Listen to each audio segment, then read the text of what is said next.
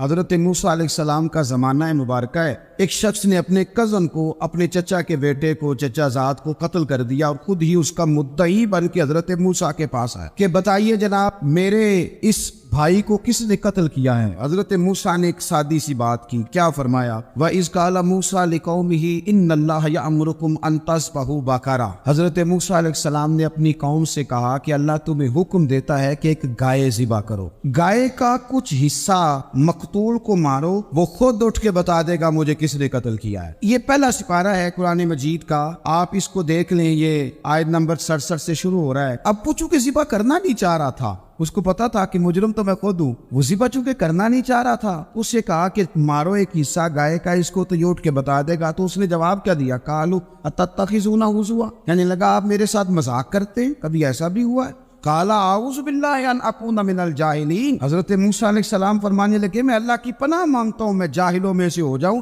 ہر وقت مذاق کرتے رہنا یہ تو جاہلوں کا طریقہ ہے۔ کن کا ہے؟ حضرت موسیٰ نے کہا ہے، قرآن پاک ہے۔ ہر وقت مذاق کرتے رہنا، خوش طبعی اور چیز ہے، مسکراتے رہنا، لیکن کسی کا مذاق ہر وقت اڑاتے رہنا کن کا طریقہ ہے؟ جاہلوں کا۔ جب کہا نہیں ذبح کرنی ہے تو اب ذرا دیکھیے کرنا نہیں نہ چاہ رہے، قالوا ادع لنا ربک یبین لنا ما ہی، کہنے لگے اے موسیٰ پھر آپ نہ رب سے دعا کریں کہ وہ ذرا کھول کے بتائے وہ گائے کس طرح کی ہو، ارادہ نہیں نہ ذبح کرنے، آپ دعا کریں۔ قال انہ یقول انہا بقرۃ لا فارض ولا بکر، فرمایا کہ رب کہتا ہے وہ گائے نہ بوڑھی ہو نہ زیادہ بچیا ہو، اوان بین ذالک، ان کے درمیان ہو، یعنی جوان گائے ہو۔ فافعلوا ما تؤمرون، کرو جس کا تمہیں حکم دیا جا رہا۔ قالوا ادع لنا ربک یبین لنا ما لونہا، لو اگلی بات سن لو، کہنے لگے آپ دعا کریں رب سے کہ وہ کھول کے بتائے اس کا رنگ کس طرح کا ہو، رنگ بتائیں کس طرح کا ہو۔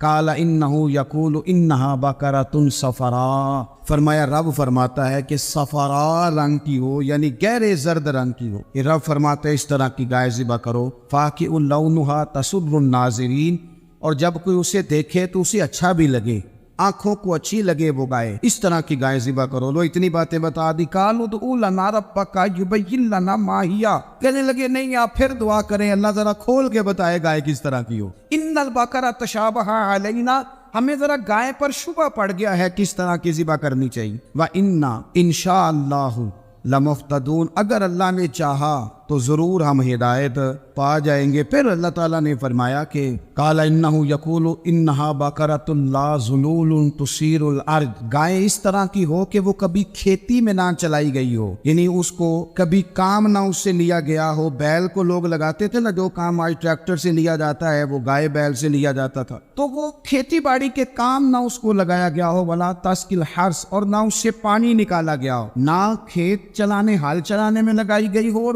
وہ جو کنواں ہوتا تھا جس کے گرد گائے گھومتی تھی، تو کہا وہ بھی کام اس نے نہ کیا ہو گائے نے۔ مسلمۃ لا شیۃ فیہا، وہ ہر عیب سے پاک ہونی چاہیے۔ قالوا الآن جئت بالحق، اب کہنے لگے اب آپ صحیح بات لے کے آئے، اب سوال ختم ہو گئے نا، کہنے لگے اب آپ بات فذبحوها، انہوں نے ذبح کر دی۔ وما کادوا یفعلون، پر ایسا کرتے نظر آتے، لگتا نہیں تھا کریں گے ذبح پر ذبح۔ اچھا یہ گائیں پھر ملی کیسے؟ امام خازن کہتے ہیں کہ ایک نیک آدمی تھا، تو اس کا آخری وقت آ گیا تو اس کے پاس جو کل جمع پونجی تھی وہ ایک بچیا تھی، گائے کی بچی، بچیا ویڑی، اس کے پاس وہ ایک بچیا تھی صرف۔ تو اس نے اس طرح کیا کہ اس کی گردن پر ایک مہر لگائی، اللہ کے نام پر بطور امانت اس نے اس کو جنگل میں چھوڑا، کہا یا اللہ میرا بیٹا ایک ہی ہے وہ بھی چھوٹا ہے، اس کی حفاظت کرنا اور میرے بیٹے کو پہنچا دینا۔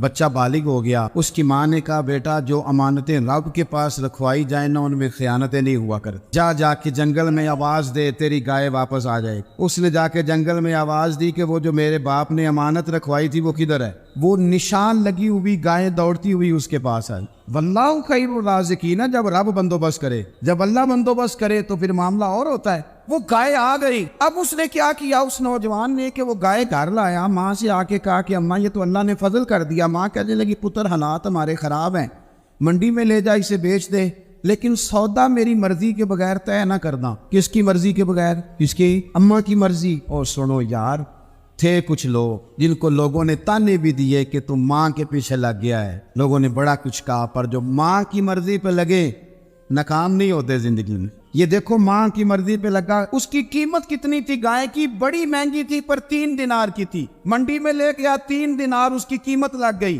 تو ماں نے کہا تھا میری مرضی کے بغیر سودا نہ کرنا. اب بچے تو نہیں نا مانتے, اماں کو کیا پتا باہر بزنس کیا ہے, لین دین کیا ہے, پر ماں نے کہا تھا میری مرضی. بندہ دے رہا ہے اسے 3 دینار, اس نے کہا کہ میں نے طے تب کرنا ہے, ڈن تب کرنا ہے, پہلے اماں سے پوچھنا ہے.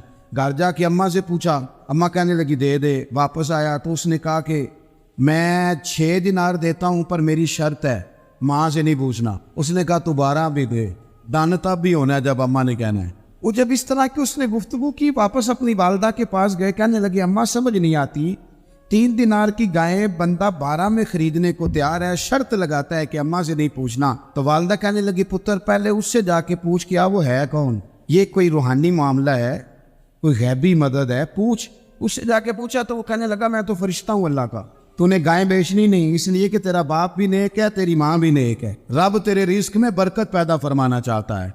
ماں باپ نیک ہونا رزق میں برکت ہو جاتی ہے. ماں باپ نیک ہو, ان کی صالحیت کا اثر پہنچتا ہے بچوں تک. رزق حلال کما کے لانے والے ہو تو گھر میں برکت ہوتی ہے. جا کے کہا کہ تیرے ماں باپ نیک تھے, اسے نہ بیچنا گائے کو, تو کیا کرے؟ کہنے لگے بنی اسرائیل والے سوال کر کر کے خود مشکل میں آ گئے. اب وہ ایسی گائے جو جوان بھی ہو, یہاں تو ہر غریب آدمی اپنی گائے یہاں لگا دیتا ہے, کھیتی باڑی میں یہاں لگا دیتا ہے, کنویں میں پانی نکالنے میں, تو یہاں تو ہر ایک کی گائے. تو ایسی گائے جس کا رنگ بھی اتنا پیارا ہو, زیادہ بوڑھی زیادہ بچی بھی نہ ہو, اور ابھی تک کھیت میں بھی نہ لگی ہو, وہ سوائے تیرے کہیں نہیں ہے. اس نے کہا چل پھر مہربانی کر بتا میں کتنے کو دوں گائے, اگر وہ آ جائے تو کتنے کو بیچنی ہے.